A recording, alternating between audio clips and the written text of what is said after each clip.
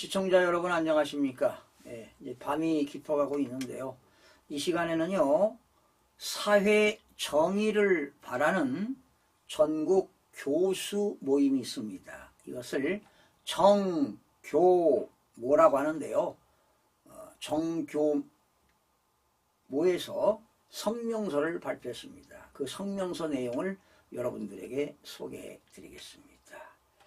선거관리위원회 더 이상 대한민국 암 종양으로 두어서는 안 된다라는 겁니다. 암 종양이 커지면 죽을 수밖에 없죠. 감사원 발표에 따르면 2013년부터 지금까지 선거관리위원회에서 10년간 총 291차례의 채용 절차를 밟는 과정에 1200여 건의 규정 위반과 비리가 있었다고 한다. 전 현직 자녀는 물론 예비 사위까지 채용의 특혜를 누렸고, 세자로 불렸던 전 김세환 사무총장의 아들 채용 공고가 있기도 전에 선관위 근무를 기정사실로 주변에 말하고 다닌 또 다른 사무총장의 딸도 있었다고 한다. 이런 비리의 수단으로 면접 점수를 조작하고 자격기준 변경이 다반사로 있었다. 이에 비하면 허위 병가를 위한 셀프 결제, 제 멋대로 연수 휴직은 예고 수준이다. 예고 수준입니다. 애교로 봐준다 이런 얘기죠. 이런 선거관리위원회가 막상 감사를 받게 되자 헌법기관이라는 명분으로 헌재 헌법재판소에 권한쟁의 심판을 내고 감사 현장에서 조직적으로 감사를 방해하고 지연시키고 조직적으로 증거인멸을 획책하였다.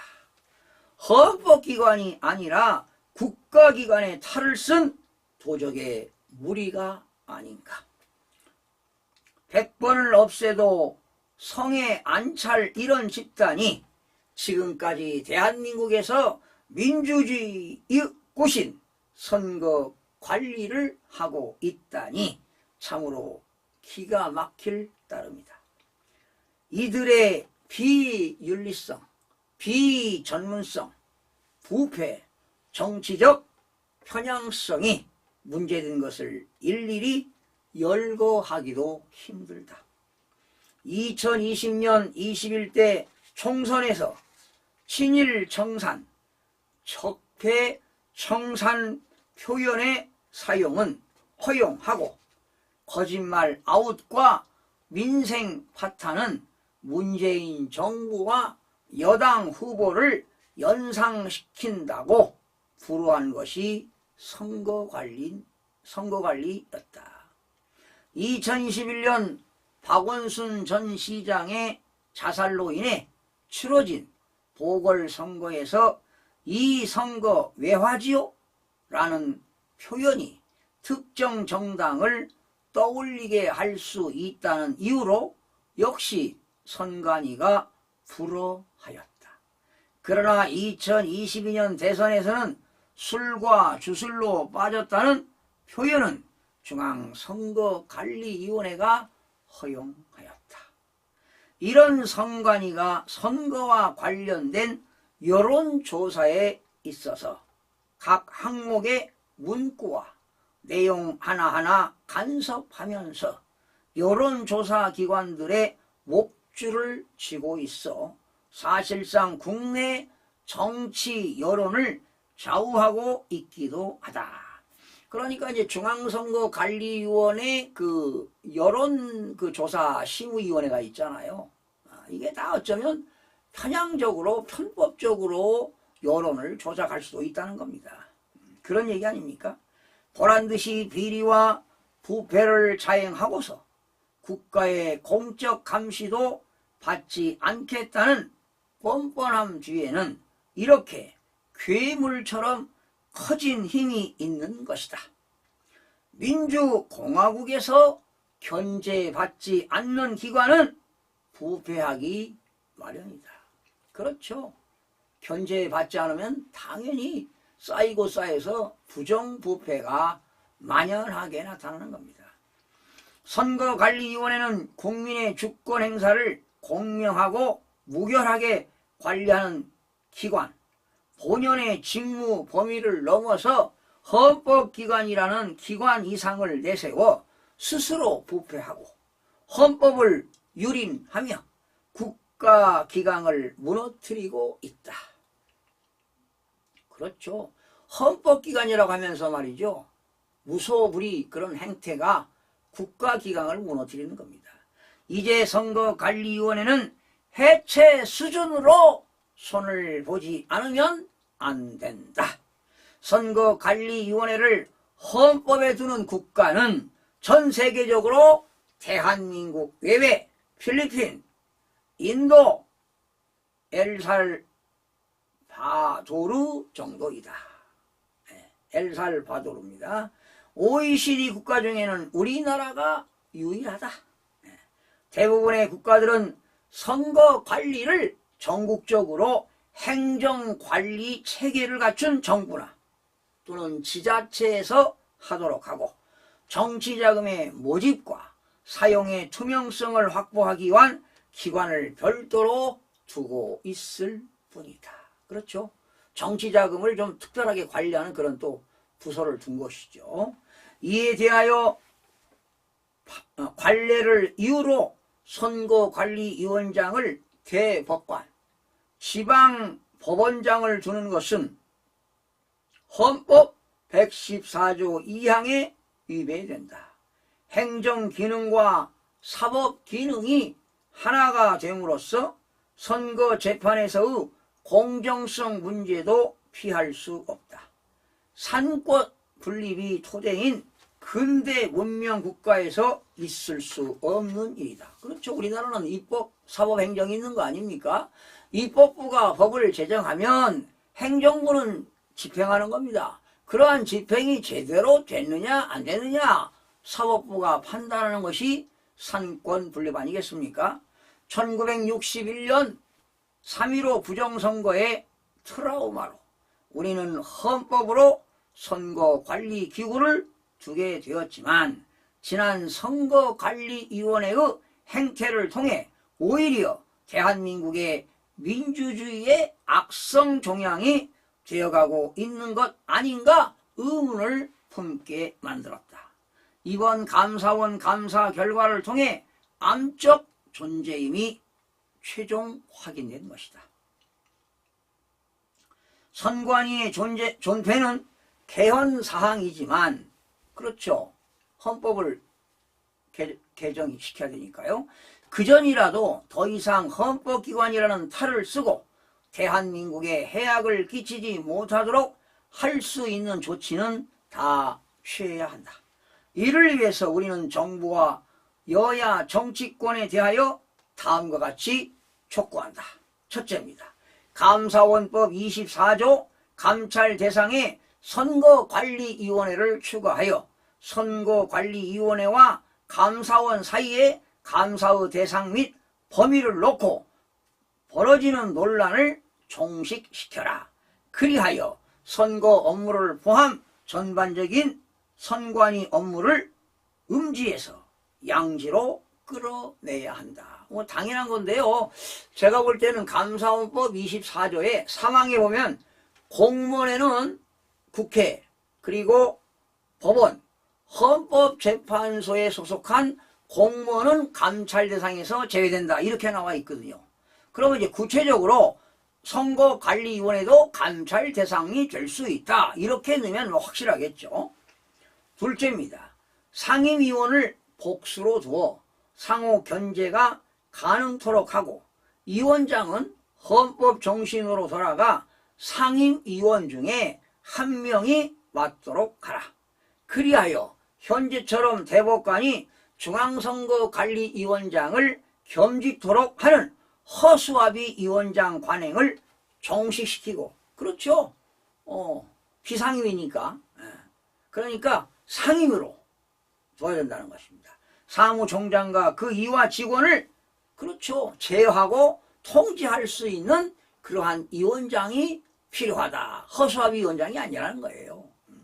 셋째, 민간합동 TF를 구성하여 지금까지의 부정채용 사례를 전수조사하라. 그리하여 부정하게 채용된 자들에 대해서는 신속하게 면직 내지 해임 절차를 밟는 가시적 조치를 취해야 한다. 대한민국 민주주의에 대한 신뢰를 지키기 위한 가장 최소한의 조치의 여야가 따로 있을 수 없다. 선관위 문제 해결이 정치권이 대한민국을 위해 해야 할 우선순위가 되어야 할 것이다. 2024년 5월 3일 사회 정의를 바라는 전국 교수 모임 정교모가 이러한 성명서를 발표한 내용을 여러분에게 전해드렸는데, 이것도 중요하죠. 이 내용도 중요한데요. 결론은 뭐냐, 이 감사원법에서 선거관리도 감찰할 수 있도록 하는 거 아니겠습니까? 그래서 나는 현재 감사원법 24조에 의해서 감사원 선거관리를 저는 감사할 수 있다고 봅니다. 그래서 감사원이 말이죠, 중앙선거관리위원회 선거관리를 공정하고 투명하게 했느냐, 이것도 감찰을 해서 국민들 앞에 소상히 밝혀야 한다고 개인적으로 주장하는 바입니다. 여러분 생각은 어떻습니까? 또한 정부조직법에서는요, 이러한 각 기관의 정책 시스템이 제대로 작동하고 있는가, 이것도 감리할 수도 있다고 보는 겁니다. 그러니까 중앙선거관리위원회 전산 시스템이 제대로 관리하고 있는가, 이건 다 전산 시스템이 다 가짜 투표 넣은 거 아니에요? 세 군데입니다. 관외 사전투표, 관외 부재자 투표, 관내 사전투표, 세 곳에서 전부 다 전국적으로 가짜 투표가 투입된 것입니다. 그리고 가짜 투표를 만약에 10,000표를 투입해야 되는데 50표를 더 투입했다. 146표를 더 투입했습니다. 어느 데는 뭐 10표, 3표, 뭐 2표, 5표, 10표인데 어느 데는 또 부족한 경우가 있어요. 20표가. 10,000표를 집어넣어야 되는데 9,980표를 집어넣어서 가짜 투표가 부족한 그런 선거구도 있더라 하는 것입니다. 이게 바로 중앙선거관리위원회 홈페이지에 나와 있는 내용이 그대로 나오는 거 아니에요. 그러한 전산 시스템을 조회해보니까 다 그런 그 에러, 잘못된 것을 발견할 수 있는 것입니다. 그래서 이번에 22대, 지난 21대도 마찬가지지만 갈수록 이 범죄 행위가 가혹해지고 있다는 겁니다. 가혹해지고 있어요.